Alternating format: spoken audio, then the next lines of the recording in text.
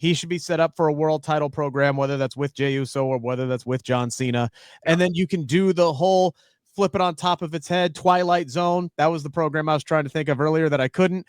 Twilight Zone situation here where you have Punk as the good guy going up against heel John Cena, who's trying to steal the WWE Championship away and put it in his refrigerator, right? You can do the whole summer of Cena, turn it on its head tour before you finally get back to Cody winning the title later this fall.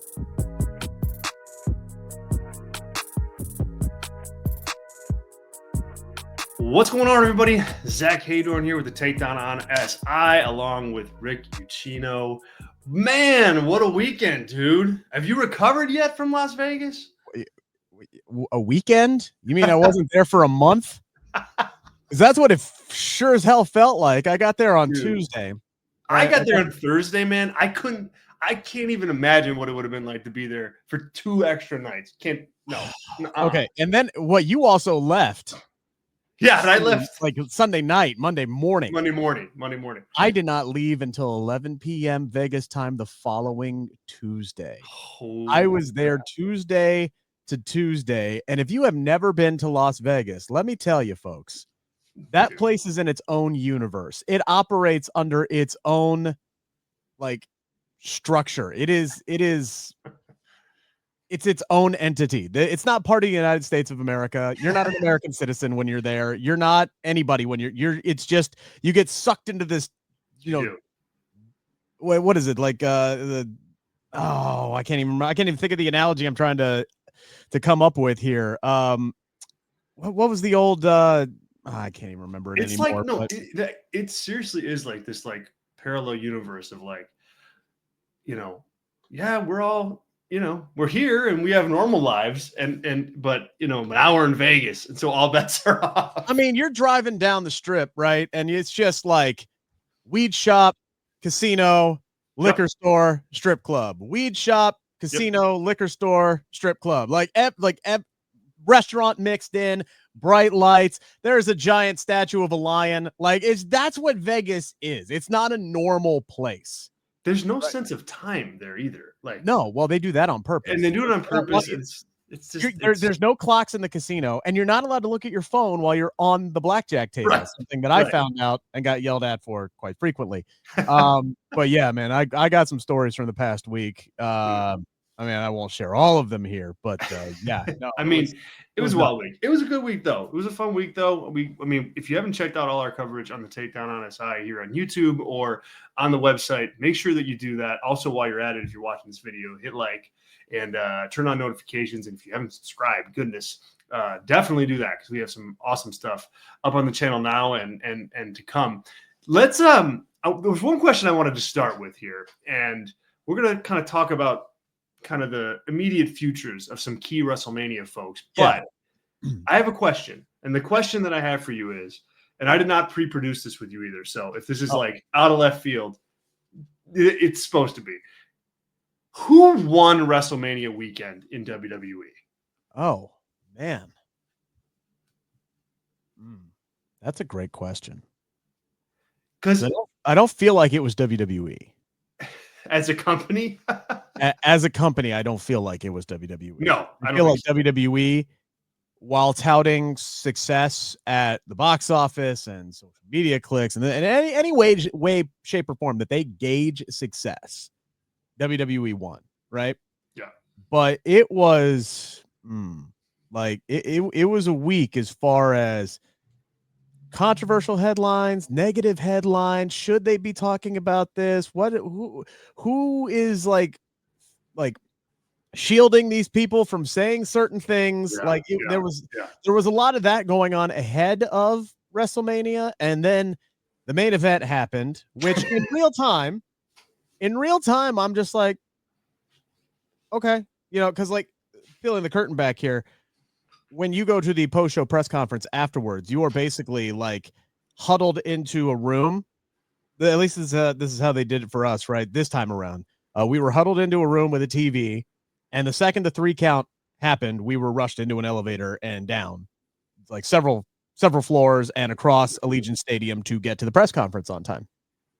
So I didn't really get a chance to kind of soak in the main event as it transpired because I was worried about getting to the next thing. And I didn't really notice the negative reaction until The Rock showed up on Pat McAfee's show to kind of do damage control, which was not what he did. Not effective. I think he would have been better suited to just shut up and not say anything. But there were people that were mad at him more than the company, so he decided to go on Pat McAfee's show and throw the company under the bus, which was very, very weird. So to say who won, I don't know. I don't know. Like, it was a very, I mean, by all accounts, WWE did win, but did they really, Zach? Well, that's the question. I mean, no, I'm with you. Like, I think they'll tell you, well, sure, like, look at this number's up and everything is up and to the right, and that's what we want. But when you kind of peel back the onion on that, or open up the hood, for another bad metaphor, like, it's,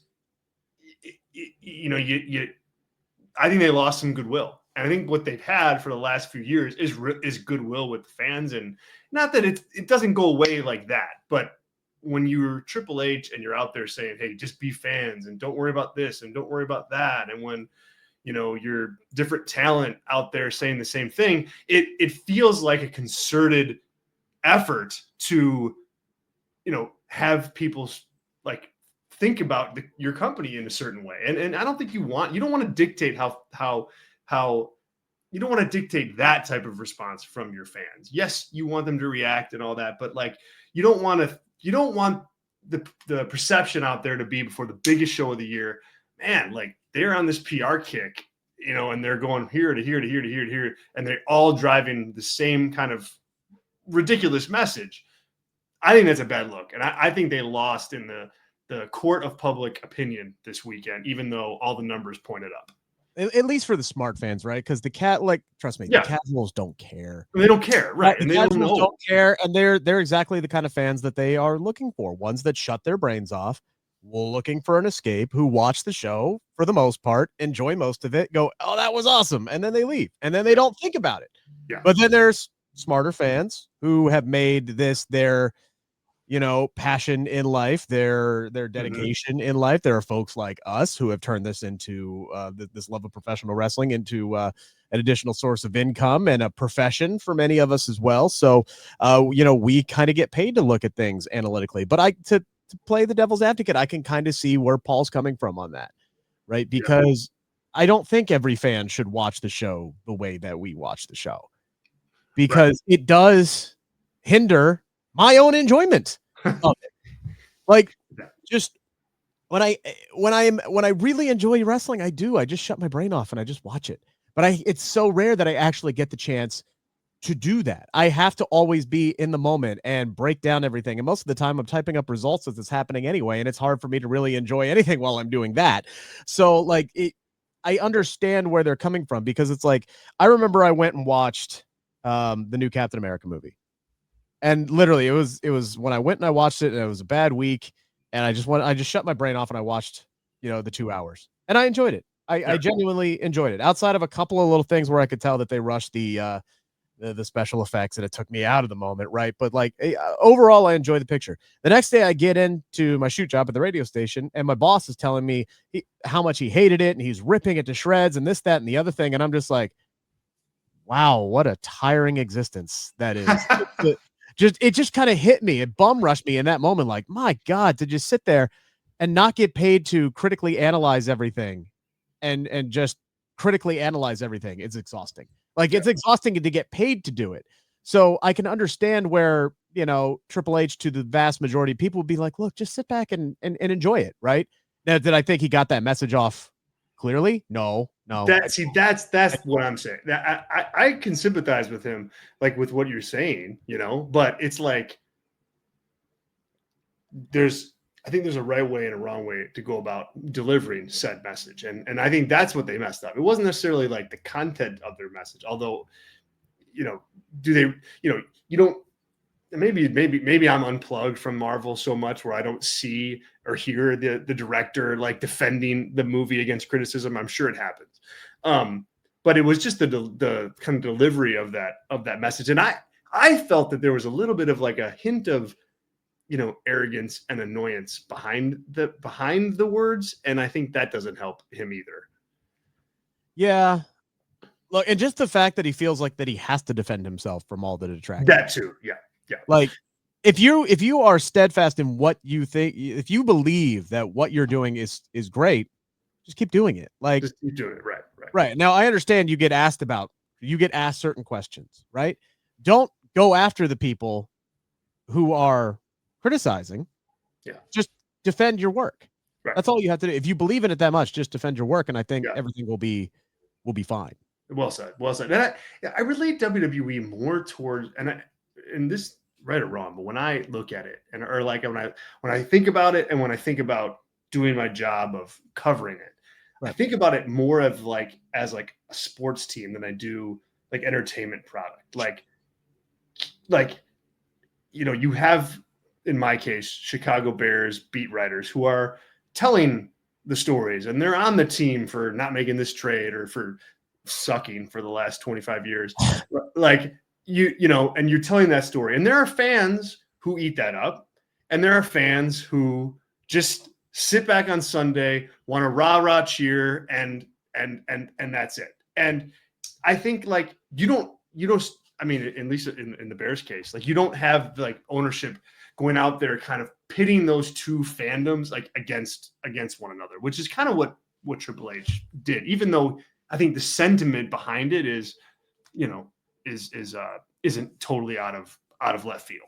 Right. And the thing is I tend to look at professional wrestling and cover it more as the on the field sports product more than anything. I try not to take too much, information from outside sources about what's going on behind the scenes or what could happen or who could show up, because all that does is it hinders my experience in the long run, because it's oh, well, what if Aleister Black doesn't show up on Friday? Or, what if, The Rock doesn't show up at WrestleMania? Seriously, if we did not just condition ourselves to think, oh, well, clearly The Rock is going to show up at WrestleMania, you get that sense of anticipation, and then you get let down when WWE doesn't deliver on something that they never promised, right? And then you take it out on the company.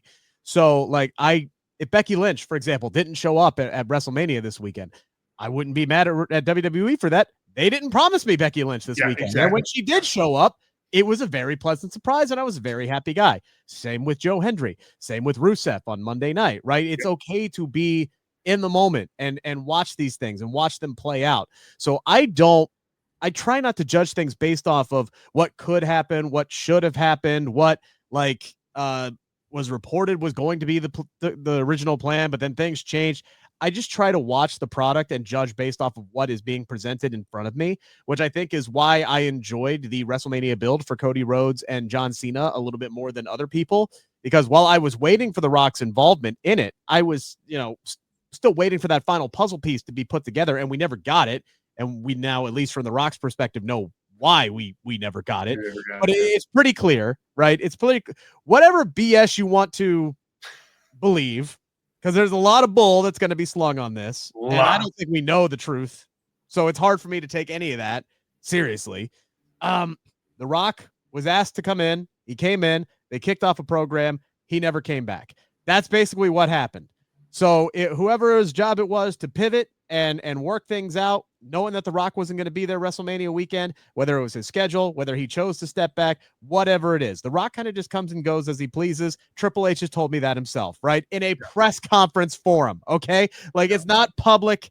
It's not some public secret, right? It's not a surprise. The Rock shows up when The Rock wants to show up. Okay.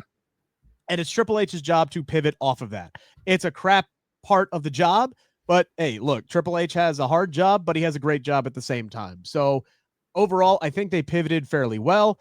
I could have done without the Travis Scott interference. I did enjoy the build for the most part. Hopefully The Rock comes back at some point and pays things off.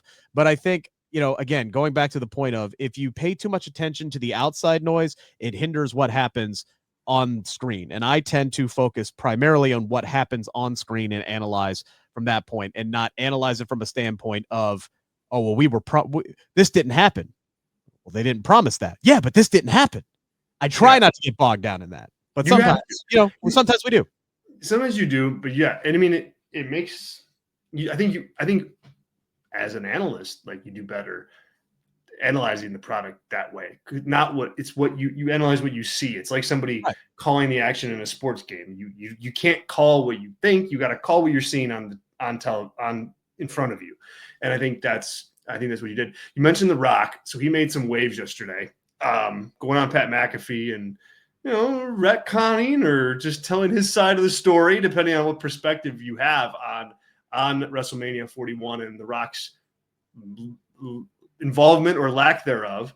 Do you think that there's like it was damage control on the part of The Rock in his mind, to for whatever reason felt that he needed to go out there and say something about this, which I agree with you. I don't think he did. But is this a Rock power move, like to go out there and throw the company under the bus and throw Paul Levesque Creative under the bus a smidge and throw Cody under the bus a little bit? Like, because there was some of that in there too, if you read between the lines. I think this was The Rock deflecting. I think his only goal was to deflect any responsibility for not being at WrestleMania. I think that's it. I think he was just going out there to explain why he wasn't there, to kind of, quell the fans a little bit who were calm them down, who were upset at him for not showing up at WrestleMania. And a byproduct of that was everybody else in WWE kind of taking a bite of the shit. Sure. For that. At the end of the day, The Rock is a brand. He is an entity, and he is going to protect his own best interests at above all anything else. Yeah. So I think at that's the expense of everything. Yeah, I think that's just what The Rock was doing. He was out there to protect himself more than anything, which he didn't have to. And maybe I'm wrong on this because I was still in Vegas, unplugged. I was on a golf course Tuesday when this was happening. So it's like, I'm just like, what is it? You know what? Nope. I said I was off duty for the day, so I put my phone away. So, maybe I'm completely misreading the backlash from the main event, but I didn't think it was so gargantuan that he needed to go out on Pat McAfee. I don't think so either. Yeah, no, I think you're right on that. And I had the opposite post main event experience where I was like, all right, well, I'm sitting here for a while because 65,000 people are about to leave the stadium and I don't need a piece of that. So I sat around and just kind of, shot the breeze with some other media folks and just took it all in. And I think people were kind of like, that was weird, like Travis Scott, that was weird. But in the end, it kind of landed where you thought it was going to land, which is John Cena winning his 17th title, right? Right. And that's where I left excited. Right. Had Cody won, I would be sitting here going, okay, now what? What do you do with John Cena? Like, you did this whole big heel turn for John Cena to lose. Okay. He had to win. He had to win. Like, Cody's WWE title run after a year had grown stale with the casual fans so much that he was getting booed on Friday Night SmackDown in Las Vegas. Right. He got a mixed, like a genuine old-fashioned John Cena mixed reaction when he came out. Crowd still cared, obviously, but there were people who were starting to turn against him and this title run because until this match this past weekend, it never felt like it was in doubt, right? Like it was always just like the machine is 100% behind Cody. He's going to win and they're just going to keep on rolling that. And we've seen that time and time again. Even started seeing it a little bit with Jey Uso. It's like once the machine gets behind you, all of a sudden, wait a minute. You were cool because you were against the machine. Now they're behind you, so screw you. We don't like you anymore. Like that was kind of what was going on with Cody there a little bit. That was kind of what started to go on with Jey Uso there a little bit. They were able to stem those tides, but like this needed to happen. Like Cody needed to drop the title to set up what I think is going to be a spectacular summer of WWE programming that practically writes itself. And I talked about this on our prediction show. You can go back and look at it right now. I'm not doing the Rock thing and retconning here. Right I literally set all of this in motion when I said Cena wins. You immediately jump into Randy Orton. You do one more Randy Orton, John Cena program at Backlash in Randy's hometown of St. Louis. Boom. What happens on Monday night? RKO out of nowhere. Great. Set that up. Perfect. No notes. You can do Drew McIntyre and John Cena at some point. Drew, you want to talk about a winner coming out of WrestleMania weekend? Drew McIntyre was a winner coming out of WrestleMania weekend. Great. I put him like right next to Seth on like the top winners board. Yes. Great. You know, another viral moment with his still bored at work tweet, which great. I hope becomes a regular thing now. You know, great match with Damian Priest, gets the win, gets a great reaction. He should be set up for a world title program, whether that's with Jey Uso or whether that's with John Cena. Yeah. And then you can do the whole flip it on top of its head. Twilight Zone. That was the program I was trying to think of earlier that I couldn't. Twilight Zone situation here where you have Punk as the good guy going up against heel John Cena, who's trying to steal the WWE Championship away and put it in his refrigerator, right? You can do the whole summer of Cena, turn it on its head tour before you finally get back to Cody winning the title later this fall. Like the whole situation writes itself. And that's why I think I came out of WrestleMania going, all right, well, let's go. Like screw an off season. I'm ready to get going into all of this exciting new programming that's coming up. But I always tend to feel that way after WrestleMania because the build to WrestleMania can be a bit of a drag. Yeah. It's like these storylines have played out for so long. You're ready for something new and exciting. And a heel John Cena as WWE champion with a red hot Randy Orton coming after him. It's old, but it's new again. And I'm excited to see that. There's a lot of other things that I'm excited to see as well. Yeah. Yeah. That's yep. And I think, we mentioned Drew as what he could be doing next. Obviously, we just talked about John Cena. You know, Seth is in line for a big summer too. I mean, I thought, he was the workhorse of that triple threat match. I thought he looked great in the build up to it. And in the match, I just think, he popped off the screen. And yeah, the match was constructed around him, but, I thought he owned that moment. And now, he's got, 4, 5, 6 months of Raw. It's going to be written for him at the top, like with Paul Heyman. And, I think he's got a match with Jey Uso at some point. Obviously, he's got a match with Roman down the road. He's got a match with CM Punk down the road. There's a trilogy match for him to have there. There's a Braun Breaker element now where Seth can take him under his wing. I mean, he's going to be involved in some very compelling television, and it's going to freshen him up too. He's not going to just be the song anymore. I mean, this is probably like the most excited I've been for his stuff in quite some time. This coming from a big Seth fan, but he hasn't really been like the 1A focus of a show in quite some time. And man, he's got that spotlight on him now. Yeah, and Paul Heyman said as much. He said, look, you are looking at unequivocally the number one star in WWE. It is Seth Rollins above anybody else. And I don't believe that to be, accidental marketing. No. At all. Like, it's purposeful that they are doing that. They want Seth Rollins, for the first time in his career, honestly, to be viewed as the guy. And this is something that is long overdue. And I agree with you. And I'm happy for Seth and I'm excited for Seth. But the person I'm excited the most for is Braun Breaker. Yeah, man. What an absolute brilliant pull at the end of Raw. So great. To not only put Heyman and Rollins together, but to bring Breaker into that group, because he was one of those guys coming out of WrestleMania where I'm like, okay, well, what's next for him? Mm-hmm. Because arguably one of the best moments of the entire weekend was Dirty Dom winning the Intercontinental Championship, pinned Finn Balor to do it, got a thunderous ovation when he did it, so much so that he ran back in the ring to do uncalled.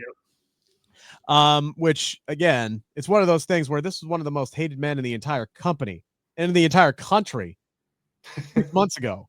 And now he's getting a standing ovation for winning the Intercontinental Championship at WrestleMania. How can you not be romantic about pro wrestling? Yeah. So very happy for Dirty Dom. He was a winner coming out of the week, but so was Braun Breaker. And that is a weird thing to say for a guy who just lost his championship in front of 63,000 people, but it's factual because he shows up on Monday Night Raw and immediately he is pinned right next to Seth Rollins. He spears Roman Reigns out of his freaking shoes. He demolishes CM Punk, and now he is a Paul Heyman guy. This is something that was teased on television a very, very long time ago. WWE has now swung in and paid that part of it off, and I don't think they're done adding. Like, I genuinely think that they could make it their own version of an evolution here with Seth Rollins in that Triple H role, and Heyman, not necessarily in the Ric Flair role, but Heyman making it its own different kind of thing where he's once again like the advocate to the bloodline, but to whatever this group is going to be. And I think there are some people that they could add to it, immediately. They need to go out and find. They got their think they got their Batista, they got their Triple H. They could go out and maybe find their Ric Flair and their Randy Orton, and I think they'll be good to go. Yeah, but it's it's exciting. It's exciting, and that's why I was like, I didn't like the WrestleMania, finish, right? Like but I didn't. For me, it was just like Travis Scott, really? Like that guy is going to play that big of a role in a 17th world title for John Cena. That's kind of wild. But when you stipulate that happened, and you start looking around the company, like, okay, John Cena's got a lot to do in the next 6 months. Seth Rollins has a lot to do in 6 months. CM Punk and now can chase Seth Rollins down. Cody Rhodes is going to be chasing Cena eventually. In the women's division, Io Sky solidified. And on Raw this week, man, not to cut you off. So much talent. Jeez. Not to cut you off. You go ahead.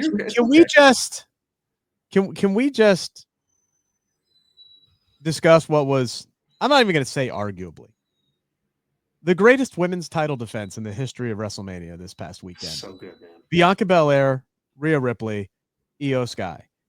This was something that I talked about being a showcase of the next generation of women's talent to come out of NXT. You had the four all-stars, the four horsewomen. They're the the pinnacle. They're the ones. First off, shout out to the OGs, right? The Pages of the world, right? Who came out and kind of kickstarted everything. And then the four horsewomen kind of took that to the next level, elevated it up on the main roster as well. And then you had that next generation, Bianca, Rhea, Io, the top three stars to come out of there and emerge onto the main roster.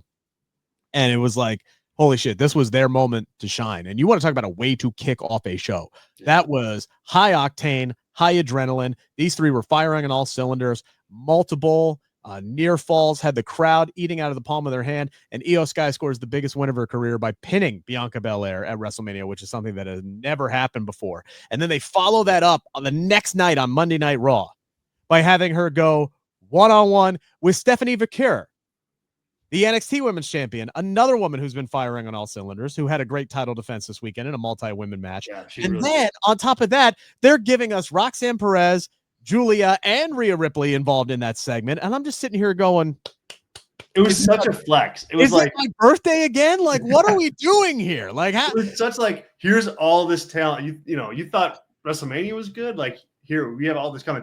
And I watched the match back on the plane ride home, and that match is like, when you have like triple threats and they like, you time stuff out and, one person's like kind of taking a break and whatever. This was that, but at like the highest level. It never felt like you had those moments where, there's Bianca's off on the side now, just resting or whatever. They were active, and everything that they did like fed into the next thing. And it was sold well, and it was so damn crisp. Like, they just were like a well-oiled machine out there. It was fantastic, and just as good a second time watching it on the broadcast instead of in the building. It's really, if you're out there watching and for some reason you haven't seen that match, like, you need to get a Peacock subscription and see it. It's really, really good. It was spectacular. I'm very happy for Io. We'll see what who her next title challenger ends up being. Like, that's my only thing coming out of that Monday Night Raw segment. I'm just sitting there and I'm like, okay, but now what? Yeah, but now what? That was cool. That was a great moment. That was a great, that was a great lead into NXT with Julia and Roxanne. And I think Roxanne will be up permanently. Yeah. Like, I whenever they do the draft, I think she'll ultimately get drafted, and it'll be like, okay, boom, now she's up.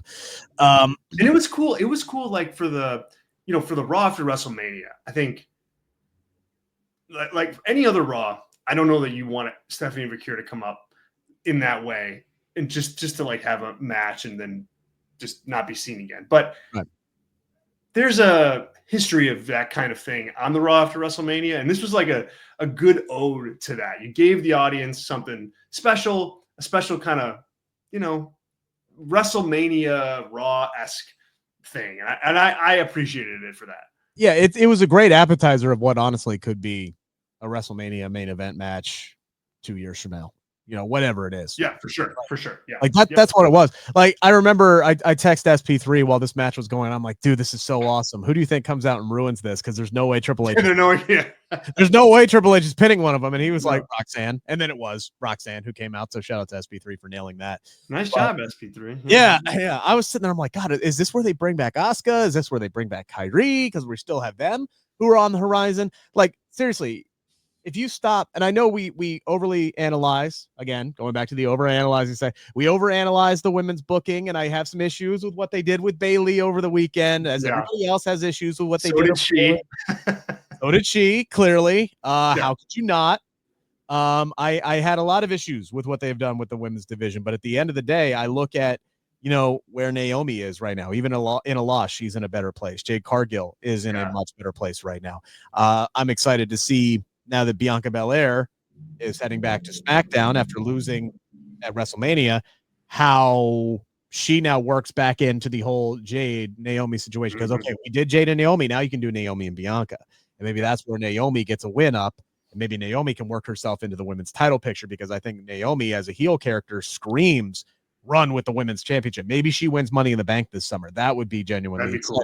Cool. Yeah. So they have options, Right. They have a ton of options. Yeah. But I think the thing that I might be most thrilled about, honestly, of any of the women on this roster right now, and this is going to be really weird to say, I am really, really happy for Lyra Valkyria. Now, let me explain why. I think I know where you're going, but go ahead. Because Monday Night on Raw, from a casual fan's perspective, would look like it was a bad night at the office for Lyra Valkyria. Becky comes back on WrestleMania Sunday. Huge moment. She wins the tag team titles. Lyra didn't win them. She won them by pinning Liv Morgan. Monday Night on Raw, Lyra's the one who loses the tag team titles to Liv Morgan. Right back to her and Raquel Rodriguez. And immediately Becky is like, you son of a bitch, and beats the holy hell out of her. And the crowd is chanting, one more time, and this, that, and the other thing. And Becky just leaves her laying, and everybody's like, oh, hell yeah, heel Becky's back. This is going to be great. It is going to be great. But it's going to be great for Lyra Valkyria, because this now, as long as she can hold up her end, because I think she has the talent to do it, Becky is going to do for Lyra here what she did for Bianca in 2021. Yeah. Becky came back, absolutely destroyed Bianca Belair in 26 seconds at SummerSlam. Pissed off a lot of people, but Becky had a plan. And she talked about this in her book. It's been well documented. Bianca's even talked about this. Becky made sure to come around on the back end at WrestleMania 38 and make Bianca a bigger star at that point. Now, Bianca already was higher up on the ladder than Lyra was right now, presently, at that same time. She had a major groundswell of support, which is where all of that anger came from. But Becky made sure to make good on the back end at WrestleMania 38. They did this great program. They had a great blow-off. I'm expecting the same formula here for Lyra. And I think ultimately that is the plan. I would not be surprised to see Becky take the IC title off of Lyra, maybe even at Backlash. We'll see. But this is Lyra's moment. This is Lyra's opportunity to work with Becky and elevate herself and get put up into that main echelon of women's talent, because, we listed them all. Yeah. Io, Rhea, Bianca, Stephanie, Julia, Bayley is still there. Becky is still there. Charlotte is still there. Tiffany Stratton is there. Like, it's going to be hard to break up into that upper echelon of folks. You've got talented women who have been riding the bench or riding the bottom line of the depth chart for years. Like, I think Zelina Vega is insanely good on the mic and in the ring, and she's just barely scratching the surface. Chelsea Green is the women's United States champion. Couldn't even get on the WrestleMania card this weekend. Like, it's tough. Yeah. This is Lyra's opportunity to work with the best of the best as a heel, to get over as a babyface and be a bigger star at the end of the tunnel. So, like, I'm very excited for her to get this opportunity, because I do think she is very good. Yeah. My only question is, does she have enough fan support to make it work? Is she going to be able to get that sympathy? Because the Vegas crowd was really happy to watch her get her ass kicked for no reason whatsoever. I'm like, this is a very lovely Irish woman. Why are you cheering her getting her ass kicked right now? This is not cool. That was not the case with Bianca, but they're going to run the same playbook. I trust Becky to get the job done we'll see if Lyra can hold up her end. But I'm very excited she's getting that opportunity because I think she is very good. Yeah. It's a big spot. All right, guys, we'll wrap up there. Thank you so much for tuning in. It's been a heck of a weekend, and we'll be back next week with another episode of discussions on the Takedown on SI. Make sure that you like this video and subscribe to the channel. Turn on your notifications. We got all sorts of fun stuff dropping all throughout the week right here on the Takedown on SI YouTube channel. For Rick, I'm Zach. Talk to you soon. See ya.